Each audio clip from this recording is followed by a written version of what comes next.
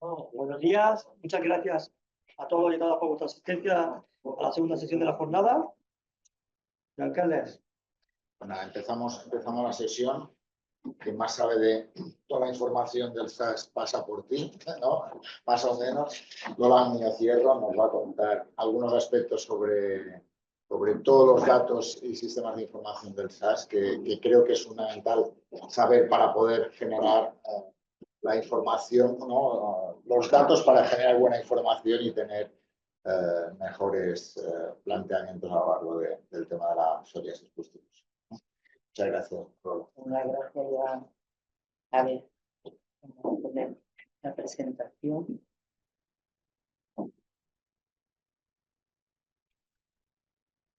Nosotros, por ir avanzando un poquito, yo trabajo en una subdirección de la que soy responsable, ¿no? Y nosotros a lo que nos dedicamos es a los datos.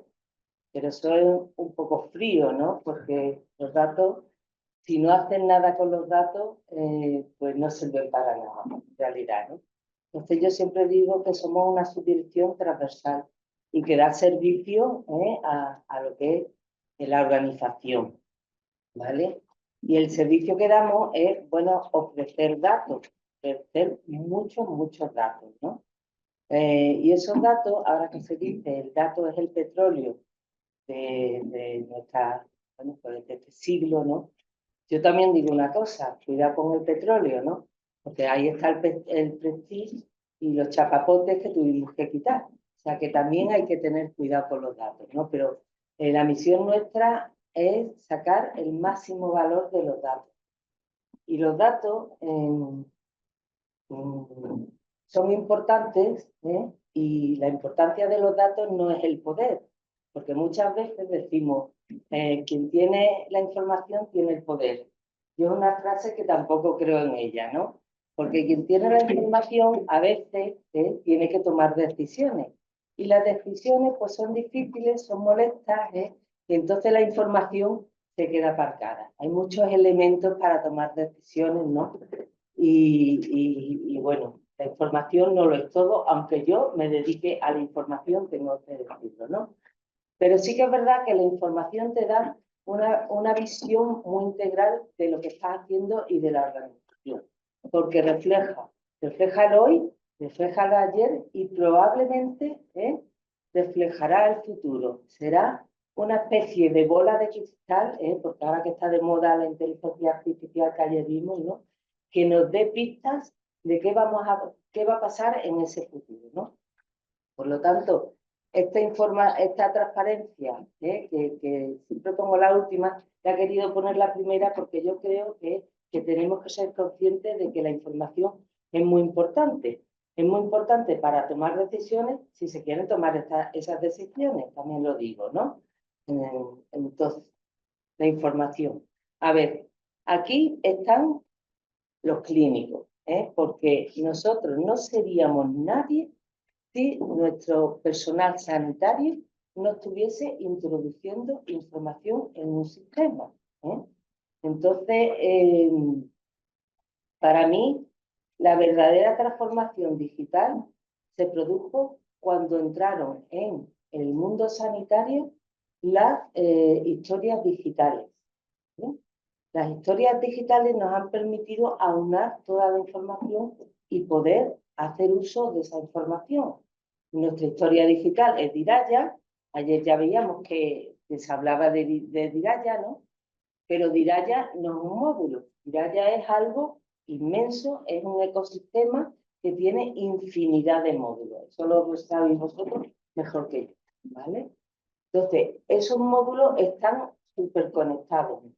Está, bueno, pues de lo que ya conocéis, ¿no? La parte de atención primaria, la parte de atención hospitalaria con las estaciones clínicas y las estaciones de cuidados, las urgencias, la farmacia, el MPA, el módulo de pruebas analíticas, en fin, todo esto es un ecosistema brutal en el que hay una pieza principal, que es el paciente que está en una base que se llama en Andalucía base de datos de usuario, BDU. Si nosotros no hubiésemos tenido toda esta infinidad, todo este ecosistema, hubiera sido imposible hablar de información para la gestión, para la clínica, para la planificación o para la investigación también. Entonces, para nosotros, el mundo de la información empieza en Diraya y empieza con una cosa que es fundamental, con que nuestros pacientes tienen un identificador único. Nuestros pacientes, que es el NUSA, ya lo sabéis, esos pacientes que tienen un identificador único, al final tienen en nuestra historia clínica una cantidad ingente de información pegada, de información asociada. ¿Qué ocurre? Que la información asociada y la información que tenemos en Diraya, pues la mayoría de las veces no la podemos explicar. Las historias clínicas en su momento se pensaron para dar servicio y dar respuesta a la atención al paciente, pero cuando un clínico, un sanitario iba a explotar información de la historia clínica, pues no podía. Y eso pasa aquí y pasa también en Pekín, que no pensemos que es una deficiencia de Diraya, simplemente que es un ecosistema tan grande y con tantas personas interactuando, porque en Andalucía somos 120.000 personas interactuando con Diraya, que ese ecosistema es imposible de trabajar para traerse datos estructurados directamente. Pero los datos están ahí. ¿Qué pasa? Nosotros, la subdirección, lo que hicimos fue engancharnos a Diraya e irnos bajando los datos y los pusimos estructurados. ¿Y qué creamos? Pues creamos un sistema de información que se llama, o lo llamamos, Base Poblacional de Salud de Andalucía. Para nosotros el acrónimo es la BPS, ¿vale? Donde en el centro pusimos el paciente y lo que hicimos fue incorporando información. ¿Por dónde empezamos? Por la información de nuestro negocio, por los datos clínicos, ¿no? Que nos parecía lo más interesante de incorporar a ese paciente que tiene un USA único que está pues, distribuido por todo el ecosistema de Diraya, y lo que hacemos con ese NUSA es incorporar datos clínicos. La idea es súper sencilla, la idea es muy sencilla. La forma de hacerlo, súper compleja. ¿Por qué? Bueno, porque cuando te asomas a la historia de Diraya, nosotros lo primero que apostamos fue por los diagnósticos, las enfermedades que tenían nuestros pacientes, pues dijimos, vamos a ir a la parte fácil. ¿La parte fácil cuál era? El mundo hospitalario con los episodios de hospitalización. ¿Por qué era eso la parte fácil? Porque hay unas unidades de documentación en los hospitales que miran hacia ese mundo y tienen que hacer un registro obligatorio por un Real Decreto, que se llama el registro CMDD. Entonces, cuando un paciente está hospitalizado, pues hay una unidad de documentación que lo que hace es pues, mirar todo ese registro, todo lo que han escrito los sanitarios, los médicos, y hacer un episodio de hospitalización con datos, por supuesto, datos del NUSA, datos administrativos, pero también con datos clínicos, con enfermedades, el motivo por qué ha ingresado el paciente, pero también las enfermedades que ya traía de casa, o que se ha producido en el hospital también, una infección producida en el hospital, o se ha caído la cama en el hospital y se ha partido la cadera, ¿vale? Por poner un ejemplo fácil y simple. Entonces, todo ese registro está en los CMDD. ¿Cómo? Codificado estandarizadamente. Porque cuando nosotros nos enfrentamos a hacer la base poblacional, evidentemente lo que pensábamos es en una estructura estandarizada y en un lenguaje fácil y estandarizado que pudiésemos luego explotar. Y en ese caso, el lenguaje era la CIE 10, la CIE, la Clasificación Internacional de Enfermedades, ¿no? Entonces, en el ámbito hospitalario lo teníamos muy fácil. Nos lo estaban haciendo nuestros documentalistas. Y es el registro CMDD. ¿Qué es lo que le pasa a una persona cuando pasa por hospitalización o cuando pasa por una cirugía mayor ambulatoria o cuando pasa por un hospital de día médico? ¿Qué pasaba cuando nos enfrentábamos a la primaria o a las urgencias? Pues en la primaria, por ejemplo, buenos días, en la primaria teníamos una hoja de seguimiento y una hoja de problemas. ¿Qué ocurre cuando nuestros médicos incorporan en primaria, están viendo en pacientes e incorporan un juicio clínico? Que lo hacen en texto, lo hacen en texto. Entonces, ese texto había que recodificarlo. ¿A qué? A CIE 10, porque era en ese momento la clasificación que el Ministerio decía que estaba vigente. ¿Y qué ocurría? Que al ladito del juicio clínico de los de primaria, pues tienen un desplegable que te lleva a las 19, ¿no? Ese desplegable lo descartamos y cogimos todos los textos y desarrollamos un codificador automático. Eso fue en el 2009, que ahora se está hablando mucho de una cosa que se llama procesamiento del lenguaje natural. Eso está de plena actualidad. 2025. Nosotros ya en el 2009 ya estábamos desarrollando un codificador automático que lo que hacía era procesaba los textos que escribían nuestros médicos y los llevaba a CIE 10. Tengo que decir que en primaria con muy buenos resultados. Mejores resultados que los médicos de primaria. Los médicos de primaria cuando codificaban bien. Codificaban bastante bien. ¿Qué pasa? Que en nuestra hoja de seguimiento de primaria la codificación era de un 50% de los médicos, mientras que nosotros codificábamos un 90 y tantos por ciento. ¿Vale? Entonces lográbamos traernos mucho más de los textos clínicos que los médicos reflejaban en el desplegable de la CIE 9, que no era la vigente. ¿Vale? Entonces, eso lo utilizamos para traernos los 60 millones de textos anuales, 60, y lo utilizamos también para las urgencias hospitalarias, porque en realidad este codificador automático nace porque el Ministerio dice en el Real Decreto del CMBD que aparece un nuevo ámbito del CMBD, que aparece el ámbito de las urgencias hospitalarias, ¿no? Y en las urgencias hospitalarias se desarrolló para las urgencias y luego se utilizó en primaria. En las urgencias hospitalarias nuestros médicos no tienen tiempo de buscar un desplegable y poner una TIE 9. No tienen tiempo. Y de hecho nosotros no queremos que lo hagan. ¿Por qué digo esto? Porque cuando nos asomamos a las urgencias hospitalarias, pues solo un 5% de los médicos codificaba en TIE 9, ¿no? Con lo cual esa codificación la descartamos. Entonces, una vez que hicimos, que recogimos los textos de la atención primaria, recogimos los textos de la urgencia hospitalaria, recogimos asimismo los textos y codificamos de las urgencias de primaria también, ¿qué nos quedaba? ¿Qué nos quedaba y dónde está la psoriasis pustulosa generalizada? Que es de lo que estamos hablando hoy. Nos quedaban las consultas externas. Las consultas externas, cuando empezamos, porque los codificadores son distintos para cada ámbito, los codificadores automáticos. Cuando empezamos a abordar las consultas externas, pues nos dimos cuenta que los textos que hay en general en las consultas son muy largos, ¿no? Entonces el codificador a priori funcionaba peor.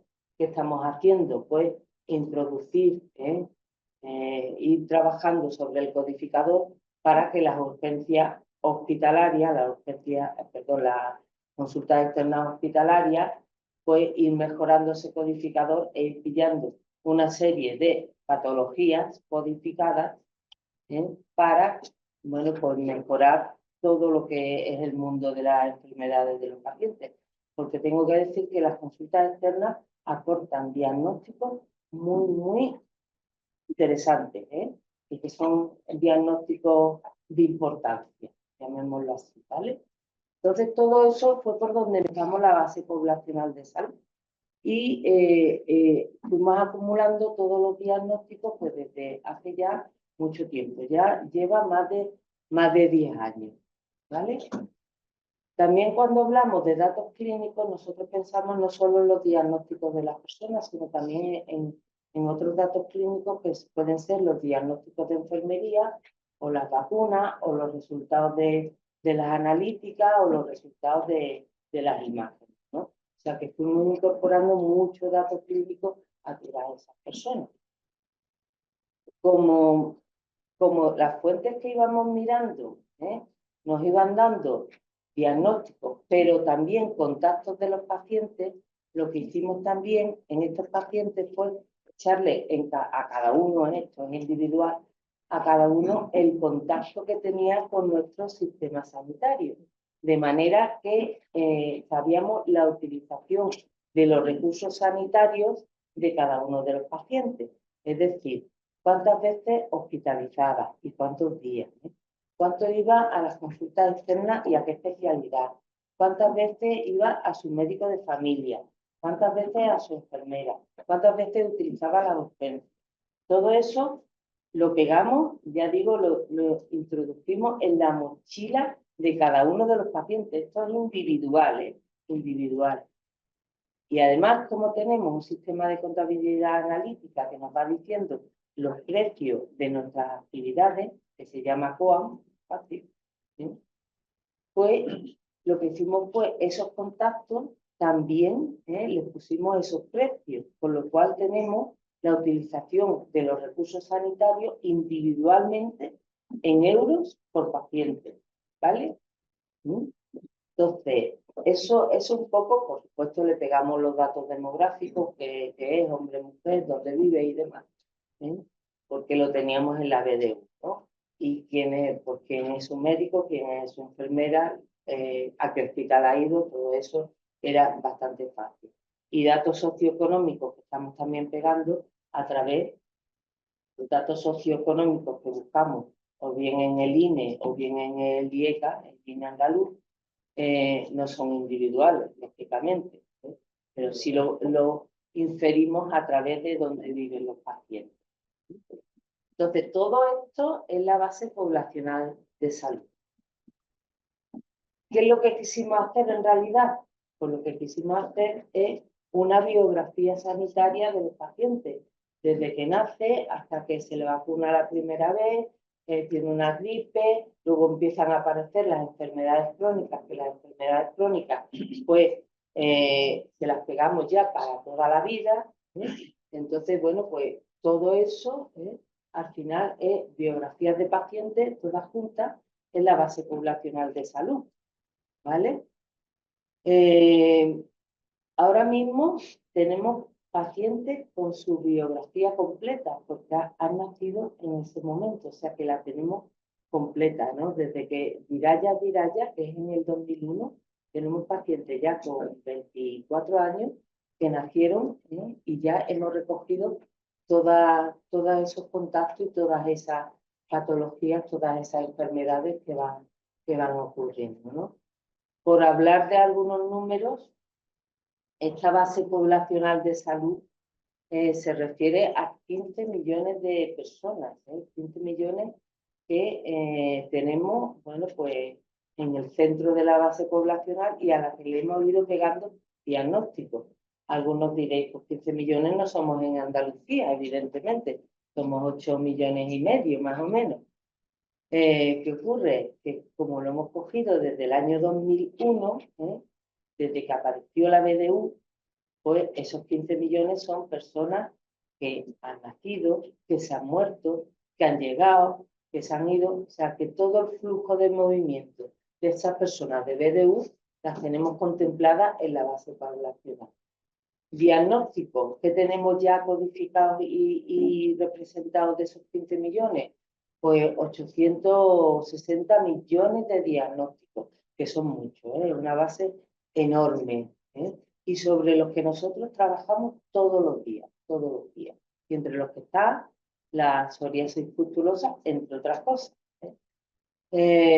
Analítica, 2.400 millones, no me estoy equivocando, no son 2 millones, son 2.400 millones de resultados analíticos, Luego, imágenes tenemos, somos, dicen mis vecinos, mis compañeros de dirección general, que somos uno de los PAS mayores de Europa, mayores de Europa, porque tenemos petabytes, petabytes, tenemos millones de pruebas de imagen, ¿vale? Luego, por supuesto, las vacunas, bueno, incluirán las del COVID, claro, todas las que se pusieron en el COVID, que se pusieron mucho. El registro de implantes lo hemos incorporado, porque nos parece muy interesante estudios de efectividad de los implantes. Los procesos de incapacidad transitoria también están incorporados, las cánceres, el registro de enfermedades raras, registro sobre el que me lo detendré un poquito, porque la enfermedad que hoy nos ocupa es rara, es una enfermedad rara. Ese registro nació dentro de la base poblacional, dentro, ¿no? Entonces hay muchas posibilidades de hacer cosas, ¿no? Por supuesto, las hospitalizaciones, la atención primaria con más de 80 millones de consultas, una parte de un tema de investigación de 36.000 genomas COVID, la urgencia, etcétera, etcétera, ¿no? Entonces, esto es para nosotros la base poblacional de salud, que además está en continuo desarrollo y es nuestro material de trabajo, ¿vale? Ahora, me centro en la enfermedad que nos ocupa, en la psoriasis pustulosa generalizada.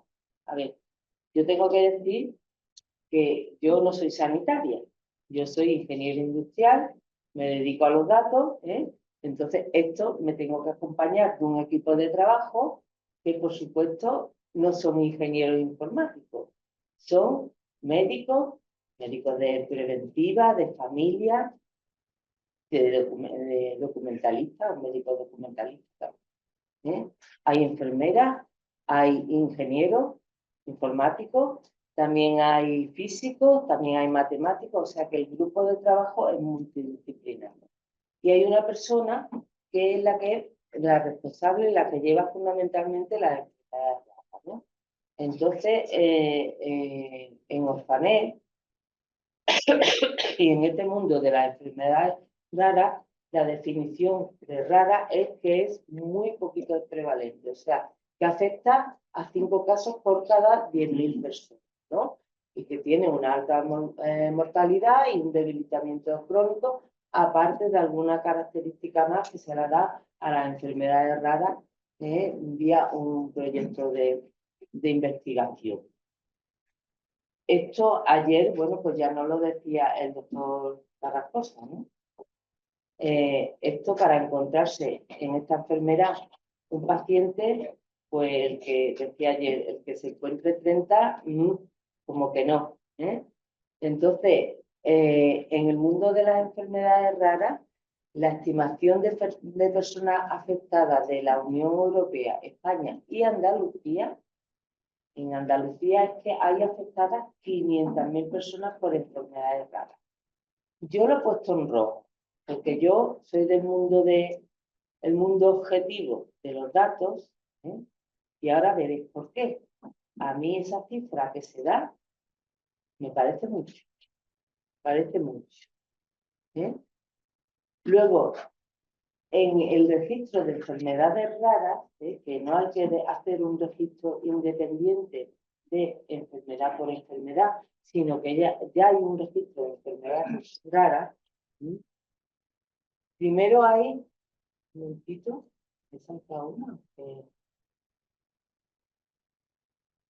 Hay una serie de criterios, ¿no? Y es que los pacientes con enfermedades raras que se incluyen son los pacientes que el 1 de enero del 2010 estaba vivo, aunque luego haya fallecido, ¿vale? Ese es un criterio tanto del Ministerio como del Registro Andaluz de Enfermedades, ¿vale? Y digo que es un criterio y hablo ya de 2 registros, uno andaluz y otro del Ministerio, porque ese registro andaluz de enfermedades raras es como un proceso continuo. ¿Por qué? Porque si he dicho antes que la base poblacional de salud están las enfermedades de los pacientes codificadas en CIE-10, de la base poblacional de la BPS lo que hacemos es sacar esos pacientes con enfermedades raras. ¿vale? Ahí no nos quedamos. ¿Por qué? Porque normalmente, y ya lo vimos ayer, las enfermedades raras son muy difíciles de diagnosticar, con lo cual tienen que someterse para incluirse en el registro a un proceso de validación que confirma o no confirma la enfermedad. Y ese proceso de validación lo hace un clínico, un médico, ¿vale? Entonces, extraemos los pacientes con supuestamente esa enfermedad, hacemos un proceso de depuración que a veces es automático, porque si el paciente está con ese código y además se está tomando tal medicamento, pues el medicamento va asociado a la enfermedad rara y lo que hace es automáticamente decir que este paciente tiene tal enfermedad, ¿no? Pero a veces, la mayoría de las veces, no es automático, sino que lo está mirando un clínico, un médico, la historia de ese paciente para confirmar la enfermedad. Se crea un registro, que es el registro andaluz, con los casos, confirmar o no confirmar, y ese registro además se mete, se introduce otra vez, se incluye en la base poblacional de salud y además se manda al ministerio, porque el ministerio es el que va marcando la pauta de las enfermedades raras que necesitamos incluir para este año, para el que viene tal. Eso es el ministerio lo que nos va mandando la pauta. ¿Qué pasa? Que el registro de Andalucía pues, es mayor, porque además de los casos confirmados, tiene también los dudosos y tiene los no casos. Estas son, bueno, por el listado del 2001 ya veis todas las enfermedades raras que hay incluidas en el registro. Centrándome en la psoriasis pustulosa generalizada, pues si buscáis en Orfanet, esto es lo que dice Orfanet, ¿no? Que bueno, da sus sinónimos y más o menos te da un orden de magnitud de la prevalencia, de 1 a 9 por 1 millón de habitantes. Ayer veíamos que los distintos países iban dando su prevalencia estimada, ¿vale?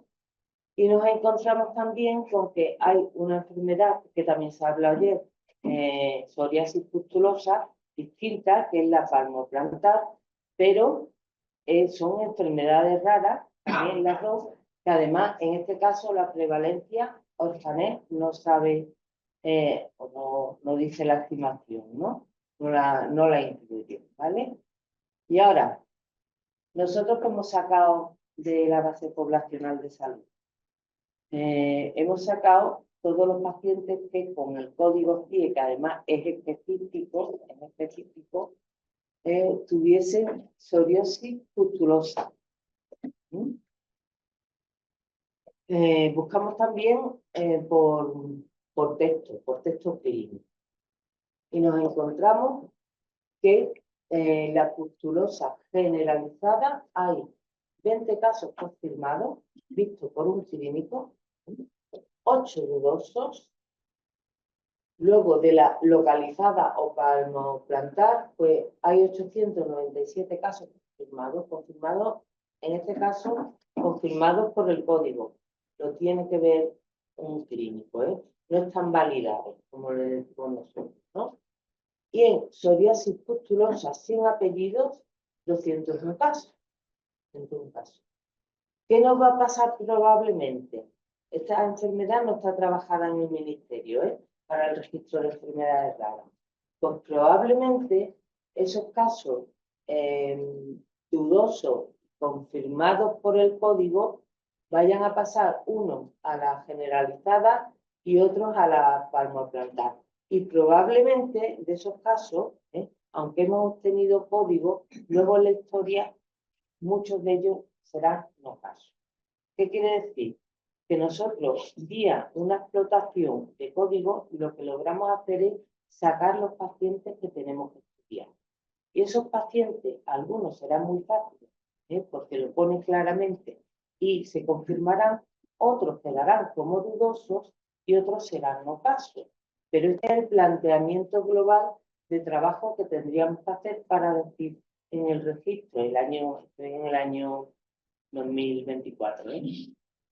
En el año 2024, de psoriasis pustulosa generalizada, hay tantos pacientes en Andalucía.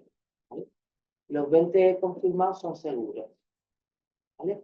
Los otros habrá que validarlos, pero eso es como hacemos nosotros las cosas. ¿Dónde miramos? ¿Dónde hemos mirado? En los textos de las consultas hospitalarias, de las consultas externas. Y esto es lo que suele hacer pues, un médico que está trabajando en el registro. Pues si lee, voy a ir uno durosis más, fructulosis palmoplantar versus psoriasis palmoplantar versus eczema de contacto, pues esto para un clínico es un caso dudoso. No sabe exactamente, Normalmente las enfermedades raras, ya se decía ayer, se tarda tiempo en diagnosticar, en confirmar el diagnóstico.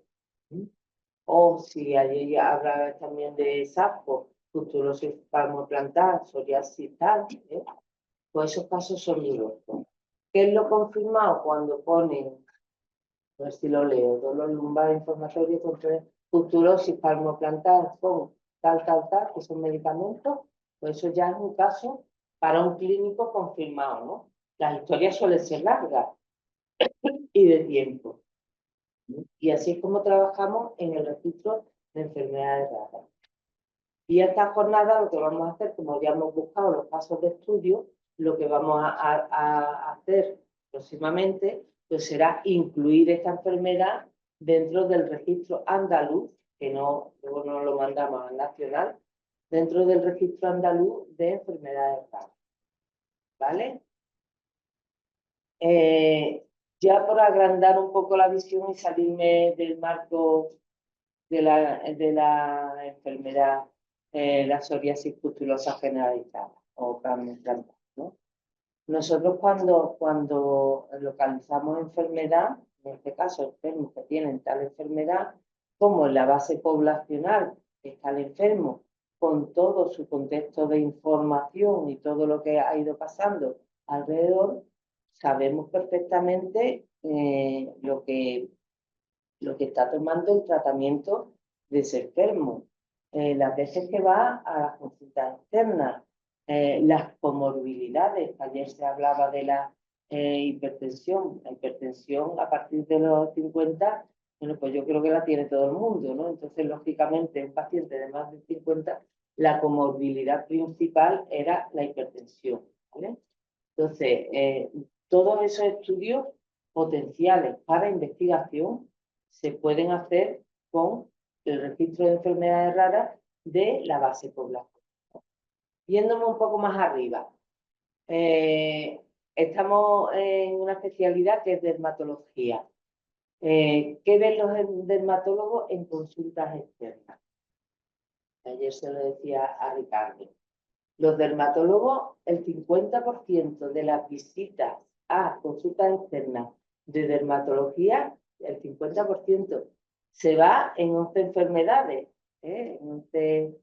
en carcinoma vasocelular, queratosis actínica, nevus, dermatitis atópica, queratosis seborreica, psoriasis vulgar, verruga venérea, acné, dermatitis y otros tipos de neoplasia benigna de piel. ¿Es así eso? A ver, los dermatólogos de aquí, ¿es así? Es eso, ¿no? O sea que el 50% son 11 enfermedades y el 60% 19. Por supuesto, la que nos ocupa hoy estaría prácticamente de las últimas. Si están perfectamente codificadas con la base de datos, ¿no? Si un diagnóstico, como decías, que el clínico puede dudar, ¿no? En la identificación ya no estarían en esas 11, ¿no? No estarían codificadas. Cuando nosotros leemos, el codificador automático lee posible lo que sea, no codifica. Si lo ve entre interrogantes, no codifica. Si ve un probable, no codifica. Es un procesamiento del lenguaje natural inteligente, ¿no? No va codificando. Los textos de las consultas externas son difíciles. Y el codificador automático en una primaria codifica el 96% y lo hace muy bien, muy bien. las consultas externas andamos por el 60%. ¿Eso quiere decir que codifiquemos mal? No, lo que codificamos lo hacemos bien, peor que en primaria, porque los textos son más complejos. Pero esto es fruto de la codificación desde el año 2014 de todas las consultas externas de dermatología. O sea que hay N, que hablábamos ayer. Lo que pasa que esto, cuando un dermatólogo lo ve, le tiene que cuadrar con lo que está haciendo, porque si no, en algo nos estamos equivocando, ¿no? ¿Cuadra? ¿Más o menos? Sí, ¿no? Sí, más o menos. Claro, pues nosotros podemos hacer, como tenemos todas las enfermedades, podemos hacer, bueno, pues hasta pirámides de población de patologías concretas, ¿no? Aquí tenéis unas cuantas crónicas, ¿vale? Donde esto no es un análisis estadístico, es que esto lo que estamos contando son en este año, no sé qué año, estamos contando persona a persona de las que tienen diabetes, EPOC, obesidad, osteoporosis. Y estas pirámides más o menos cuadran con la realidad. La POC en los hombres, la osteoporosis en las mujeres, la diabetes más o menos y la obesidad. Y pongo la obesidad porque a medida que crecen hay un estrechamiento. Que cuando yo lo pregunto a los sanitarios, dicen, bueno, que adelgaza. Bueno, también adelgazarán, no lo dudo, Pero aquí pasa una cosa, que es que lo que nosotros estamos contando es lo que está registrado. Lo que no está registrado no lo contamos. Dime. Una pregunta. Nosotros hacemos muchas teleconsultas y diagnosticamos por teleconsulta. ¿Ese diagnóstico queda registrado en algún sitio? Claro. Lo estáis registrando en un texto. Pero ese texto no es base de datos. Me refiero, no es como tiralla, etcétera. Eso va a un informe, pero no tengo yo la sensación, vista el porcentaje que ha puesto de patología que atendemos. Y me da la sensación de que se consultan más otro tipo de patología, pero que como queda registrado en teleconsulta, no se vuelca o no queda registrado en el otro sistema. Si está en el mundo de Iraya, sí lo recogemos. Si está en el mundo de las teleconsultas como módulo de todas maneras lo vemos. Y si es posible, lo rescatamos. ¿Vale? Y lo que estaba comentando, nosotros cogemos lo que está registrado.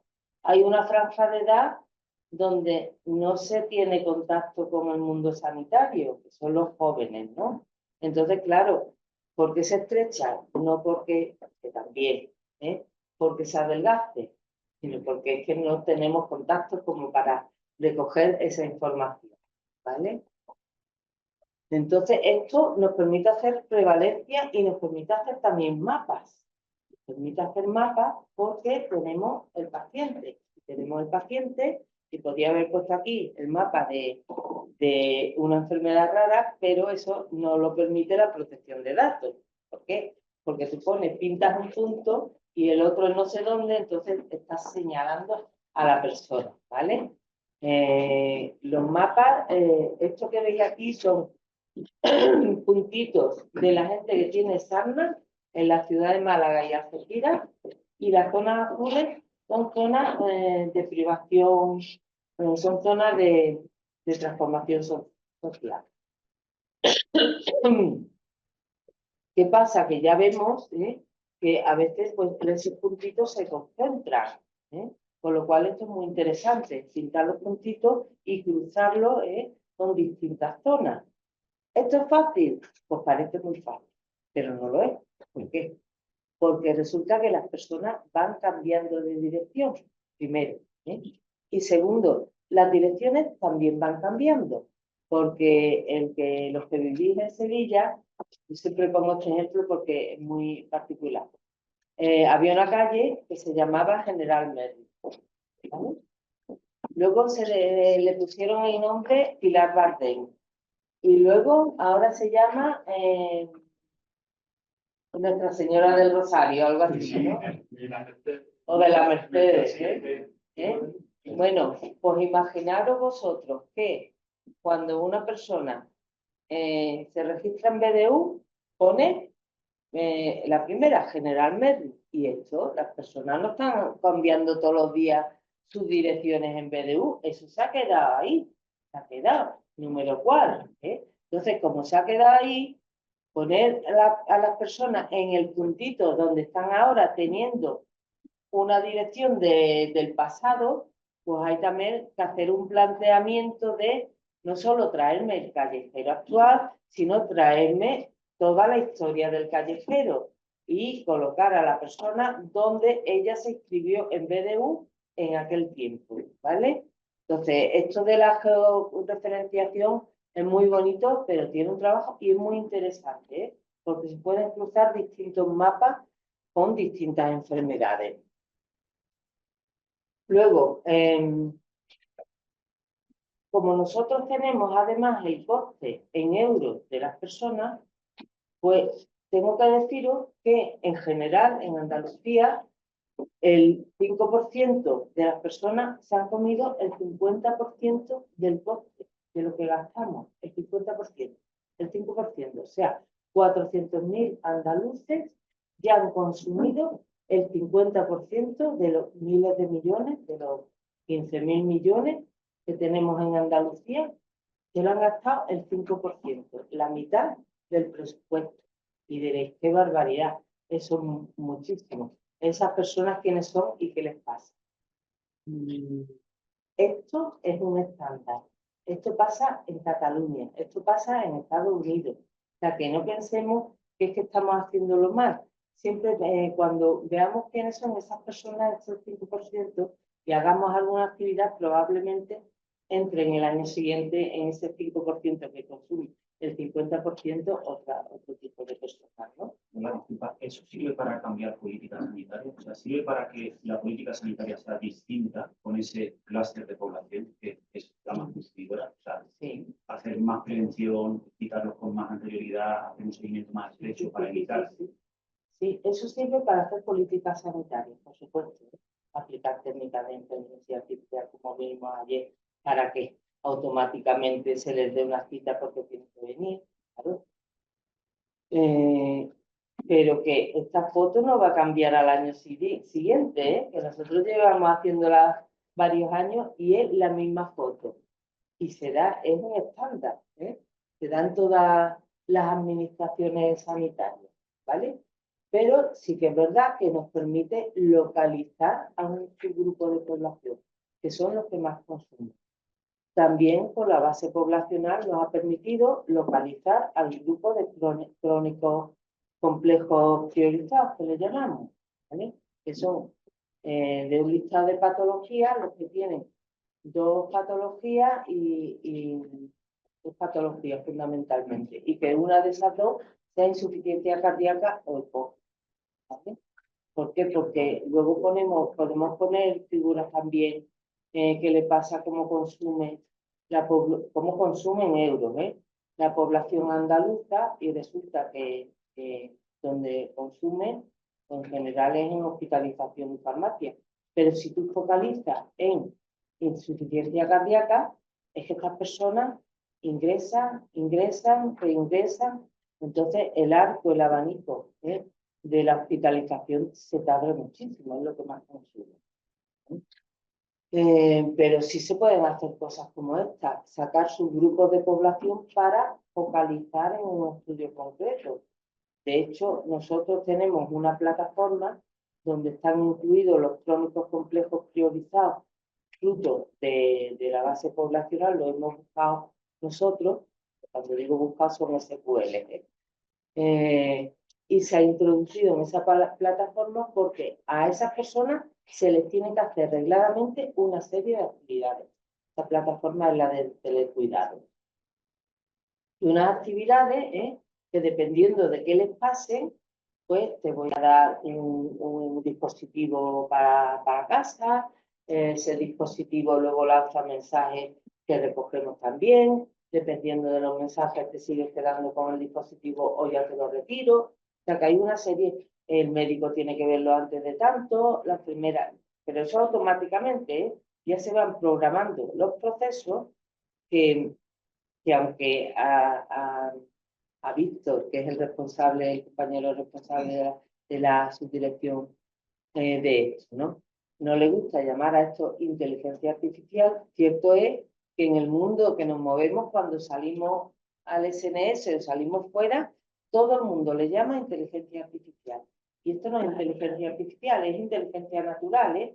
Son los procesos que tienes que hacer imbuidos en unos algoritmos que te levante la cita, que le den un dispositivo, que vaya por el dispositivo o que haga ciertas cosas. Pero son procesos, no inteligencia artificial. ¿Vale? Lo que hablaba de los costes. A ver, nosotros tenemos individualmente los costes de las personas.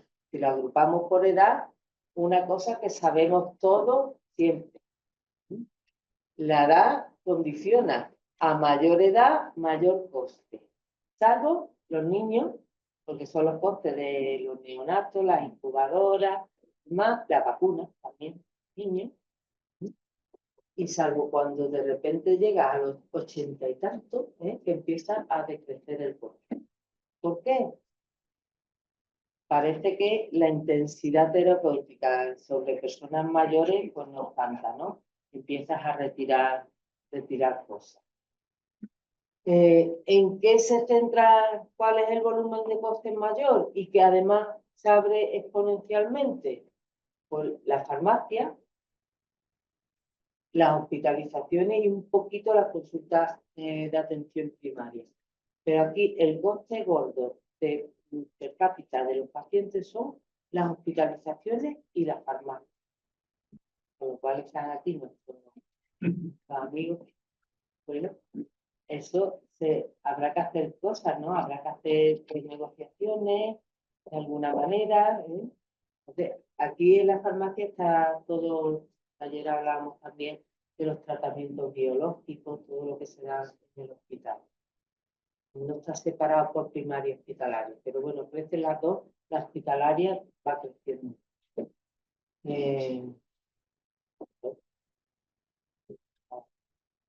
Vale. Y hay una cuestión que yo creo que es fundamental, y ya voy a ir un poquito más rápido porque me como tiempo, y es la calidad.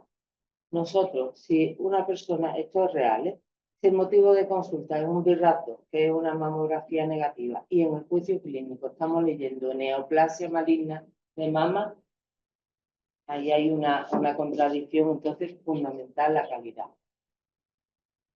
Esto, comentaros, nosotros todo lo que hacemos en la base poblacional procuramos ofrecerlo en una plataforma que es información para la gestión sanitaria y que le hemos llamado InfoWeb, ¿no?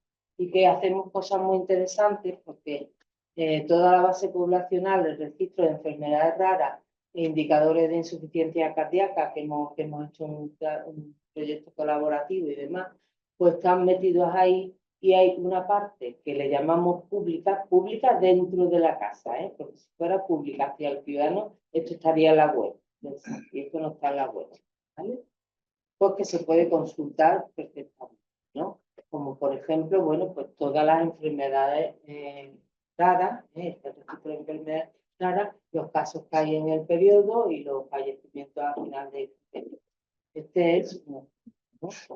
O pintar mapas como indicadores de cáncer, esto es la prevalencia por 100.000 habitantes, por zona básica, donde pues, se van viendo las distintas diferencias de prevalencia. Hay que tener mucho cuidado con los mapas, porque a veces los mapas te llevan a engaños, Hay que fijarse muy bien en las tasas de prevalencia y los cuartiles, porque como los cuartiles estén muy pegaditos, eso no es significativo y estás viendo un rojo que es muy parecido al verde, ¿de acuerdo? Y bueno, vamos, no me voy a detener aquí porque InfoWeb es para ir entrando y saliendo y está bien, ¿no? A los profesionales, la verdad que les gusta mucho, tenemos muchos usuarios entrando todos los días, ¿no? A ver, y ahora, ¿qué ocurre aquí? que nosotros andamos en un proceso de cambio continuo. Entonces, ahora tenemos una plataforma que no solo nos permite hacer más cosas, ingestar más cosas, sino que nos permite hacerlas con más velocidad. Esto tradicionalmente nosotros le hemos llamado la plataforma Big Data, pero que vamos a dejar de llamar así porque en realidad se llama la plataforma de analítica avanzada, ¿vale? Y esto pues tiene que ver con una explosión de ahora yo tengo que tener plataformas por todos los sitios, ¿no? Estas plataformas, que yo le llamo el Big Bang Data, necesitan de un gobierno del dato, porque lo que no puede ser es que andemos todos con múltiples datos, con múltiples accesos, que eso hay que ordenarlo y sacarle el rendimiento oportuno, ¿vale? Y eso tiene mucho que ver con los temas de investigación. Temas de investigación ahora no son, tengo este grupo de pacientes e investigo sobre ellos porque les voy a pedir un consentimiento más, sino que ahora hay una explosión de proyectos de investigación que utilizan grandes bases de datos, enormes bases. Y cuando las utilizan, ahora os cuento brevemente el procedimiento para obtener datos para investigar. Cuando las utilizan, ellos tienen en la cabeza que como me lo das anonimizado, no pasa nada. Pero ya la Agencia Estatal de Protección de Datos tiene un librito pequeñito con 10 malentendidos en relación a la anonimización. La anonimización perfecta no existe. No existe, lo tengo que decir. En cuanto tú vas anonimizando, ¿no? Y vas quitando variables, el domicilio, el código postal, si es hombre o mujer, la fecha de nacimiento, tal, vas quitando esas variables, el set de datos que te va quedando no sirve para el objeto de la investigación. Con lo cual, como no hay anonimización perfecta, lo que estamos dando son registros que, aunque no vengan nombre y apellido, por supuesto, son registros que son personales, porque se puede revertir. Con lo cual, ahí hay que tener mucho cuidado, ¿no? Y mucho cuidado ya no para la gestión, para la evaluación, para la mejora, para todo lo que hacemos con nuestros datos, para la asistencia, pero sí para la investigación. Para la investigación hay que seguir una serie de reglas. Y por eso apareció la resolución conjunta en el año 2021, que no es más que un protocolo que te va guiando para cómo pedir datos para esa investigación. Te va diciendo una serie de aspectos, ¿no? Y que tiene además una ventaja. ¿Por qué? Porque cuando nosotros investigamos con un hospital, estamos centrados en los datos de un hospital, mientras que abrimos hacia Andalucía, podemos investigar con todos los datos de Andalucía y nada lo impide, ¿eh? Nada lo impide, nada más que pasar el protocolo donde dice que la información es de poco menos, es del paciente y el SAR lo que hace es custodiarla, ¿eh? El SAR es el responsable de la custodia de los datos sanitarios, pero no son suyos. Entonces, bueno, pues te va marcando de quién puede investigar, la documentación, la presentación de solicitudes y luego la resolución crea un órgano donde, además del CETEIBA, pasa a esa comisión de valoración para el uso de datos y esa comisión pues mira una serie de aspectos, ¿no? De aspectos para que se pueda investigar, hace una propuesta a la Dirección General de Asistencia y en la Dirección General de Asistencia quien emite una resolución diciendo positiva o negativa de los datos para el proyecto que se ha hecho. Y hay un último apartado que es que nos gustaría hacer una base de datos con todos los artículos, al menos, con todo lo que se ha hecho, con la cantidad ingente de datos, que hemos dado para proyectos de investigación. Tengo que decir que de todos los datos, de todos los proyectos que ahora como punto final, lo que hemos hecho, ¿no? Solo un proyecto, uno, nos ha remitido un artículo. Me parece curioso. Solo un proyecto, ¿no? Que por cierto pongo aquí esto porque esto también lo hace el Banco de España. Lo mismo, ¿eh? O sea que no somos nosotros los que ponemos un protocolo para usar los datos. El Banco de España también lo hace, ¿no? Sí. Y estos son desde el año 2001, que nació en diciembre, el 22, 23, 24, los proyectos que hemos valorado en la Comisión de Uso de Datos para Investigación. El año 2024 fueron 40 proyectos, con todo el trabajo que se conlleva. Claro, ya la comisión estaba como más rodada, más madura. ¿Qué pasó con esos 40 proyectos? Que ha habido 13 que se han rechazado. ¿Por qué? Porque es del estilo de voy a crear una plataforma de, pongamos por caso, psoriasis pustulosa generalizada. Eso no se puede hacer, se debe hacer. ¿Vale? Y ya termino con esto, ¿no? Porque como decía antes, nosotros somos un equipo de trabajo multidisciplinar. El dato en sí mismo no es el objetivo, los servicios que damos no es el objetivo. Para dar ese dato sí que es verdad que hay que conocer el negocio y hay que ir de la mano con quien sabe de este negocio, no son los sanitarios, sino el valor del dato no es un valor, no es un valor, ¿eh? Es una costelera donde meto el dato, esto lo he vivido, meto el dato, saco productos inservibles. Entonces, tiene que ser, el dato tiene que ser utilizado entendiendo el negocio. Por mi parte, pues muchas gracias. Espero que no pase como a Felipe, de más palo.